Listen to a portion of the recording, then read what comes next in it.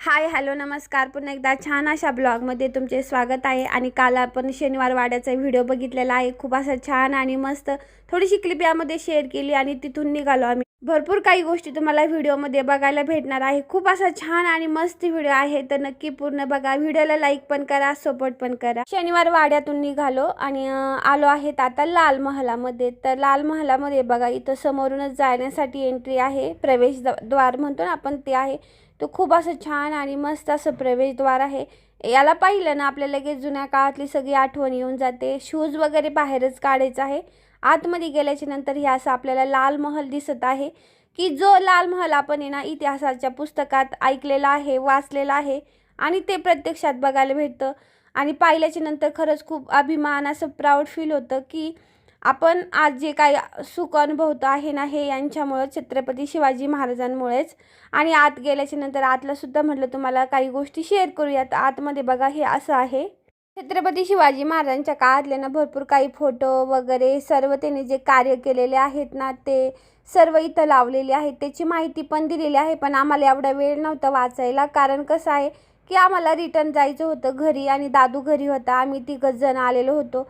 आणि मग कसं आता नगर ते पुणे, पुणे टू नगर खूप लांब प्रवास आहे आणि ट्रॅफिक असते, जायला घरी उशीर होईल. त्यामुळे मी घाईघाई थोडं थोडं बघितलं आणि तेवढं पाहिलं तरी छान वाटलं. जिजाऊंची इथं स्मारक पण लावलेलं आहे, त्याचं पण आम्ही दर्शन घेतलं. सगळ्यांनीच घेतलं, दीदीनं, तुमच्या दादांनी, मी. आणि मग आहे ना म्हटलं तर चला, इथं सगळी सोय पण होती पाणी पिण्याची वगैरे. तर तिथूनच पाण्याची बॉटल वगैरे सुद्धा आम्ही भरून घेतलेली आहे, कारण पावसाळा असल्यामुळे जास्त पाण्याची पण गरज लागली नाही आम्हाला. झालं कसं माहिती आहे का, दादू घरी राहिला आणि दादू घरी जर नसताना तर आम्ही मुक्कामाला सुद्धा राहिला असतो. एकदम रिलॅक्स असतो, मग काही टेन्शन नव्हतं. पण दादू नाही आणला, त्यामुळे सगळ्या गोष्टी आमच्या मिस्टेक होऊन गेल्या, बिघडल्या. पण आता कसं आहे, एकटा दादू घरी होता. आता आम्ही इकडं आलेलो होतो, पुन्हा घरी जायला किती वाजेल. त्यात फोनला चार्जिंग, माझा तुमच्या दादांच्या फोनला भरपूर चार्जिंग राहते, पण माझा जो फोन आहे ना त्याला चार्जिंगच राहत नाही. थोडं काही शूट केलं की लगेच चार्जिंग लो होऊन जाते, म्हणजे उतरूनच जात, डायरेक्ट स्विच ऑफ होऊन जातो. जरी आपण फोन यूज करा किंवा नका करू तरी त्याची चार्जिंग जी आहे ना लगेच उतरून जाते, त्याला बिलकुल राहत नाही. आणि जाता जाता म्हटलं त्याला एक शेवटचं सगळं बघून घेऊया. आणि वरती पण काही आहे, पण मला असं वाटतं बंद केलेलं आहे त्यांनी. आणि मस्त भारी वाटलं इथं आल्यावर पाहिल्यावर. आणि आपल्याला आपला इतिहाससुद्धा समजतो. तर आम्हाला आहे ना, आम्ही कोल्हापूरला गेलो होतो ना, तर तिथं पण आम्हाला हे पाहायचं होतं, शाहू पॅलेस पाहायचा होता, पण नाही पाहिला, राहून गेला. तर कधी नेक्स्ट वेळेस गेलो ना तर नक्की बघू. आणि बाहेरून असं दिसत आहे बघा, इथं पिण्याच्या पाण्याची सोय वगैरे सगळं होतं लावलेलं, झाडं वगैरे. आणि पुण्यामध्ये सगळ्यात जास्त झाडं वगैरे खूपच छान आहे, हिरवंगार, भारी वाटतं. त्यात आम्ही पावसाळ्यात गेलो, मग अजूनच भारी दिसतंय. अशी जशी काही अशी निसर्ग असं नुसता नटलेला वाटतो. आणि मला हिरवं निसर्गामधलं वातावरण खूप आवडतं. आणि आपली दीदी जी आहेत ना, तिला अशी पिल्लं लई लागत आहेत, कुत्र्याची असो मांजराची असो, पिल्लं तिला खूपच आवडतात.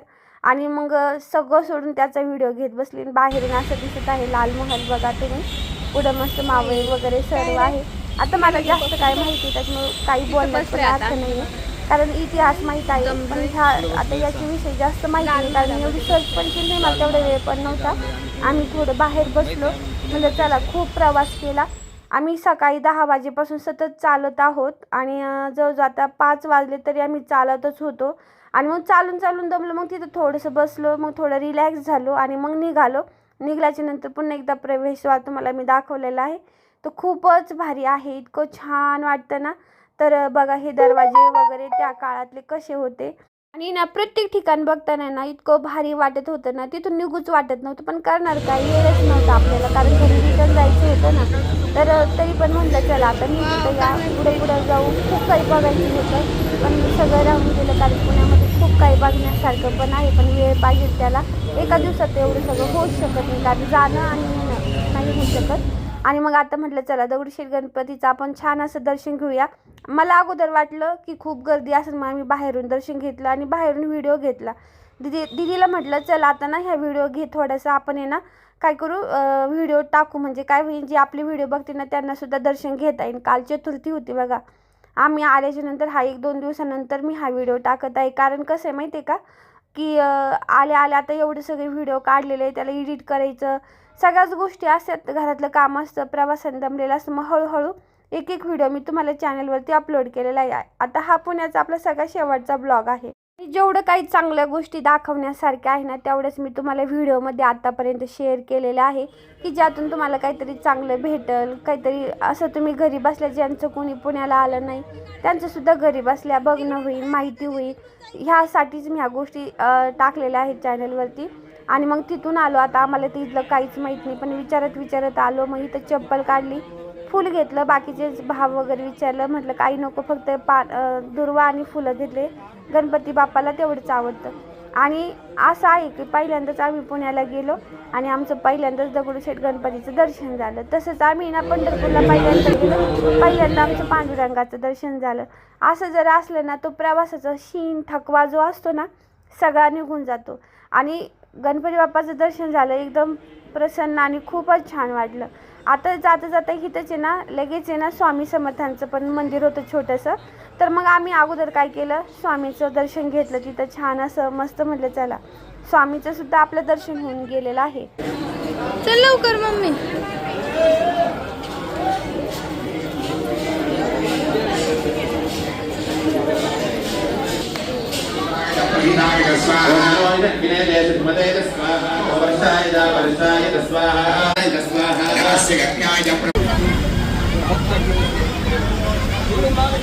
की आपण नाही का लवकर निघू तुम्ही ऐका ना. पुढच्या वेळेस दादूला घेऊन सारस बाग राहिलं पाहिजे. तुळशी बाग, सारस बाग असत तू.